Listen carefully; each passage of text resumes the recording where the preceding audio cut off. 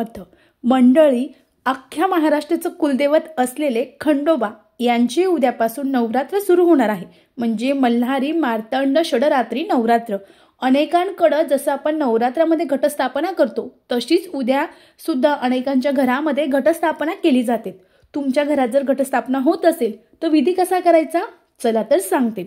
मंडळी, उद्या सकाळी लवकर उठायचं आहे, स्नान करायचं आहे, पूर्ण घर स्वच्छ करून घ्यायचं आहे।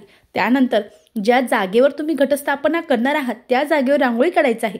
एक पाट किंवा चौरंग ठेवायचा आहे, त्यावर तुम्हाला पिवळ्या रंगाची वस्त्र ठेवायची आहे। त्यानंतर चौरंगाच्या डाव्या बाजूला आपल्याला अखंड दीप प्रज्वलित करायचा आहे। तुम्ही दगडी किंवा पंचधातूचा कोणताही दिवा ठेवायचा आहे।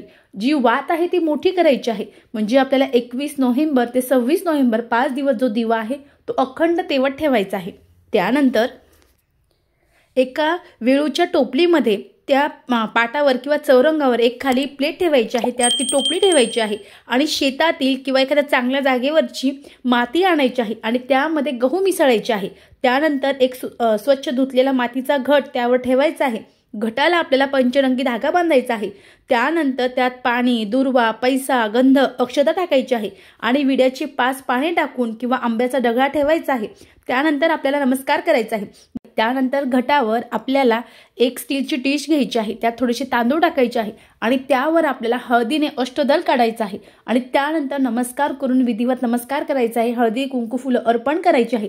खंडोबाची मूर्ती असेल तर खंडोबाच्या मूर्तीला अभिषेक करा आणि अशा प्रकारे आपल्याला जी घटस्थापना आहे ती करायची। स्वामी समर्थ। धन्यवाद।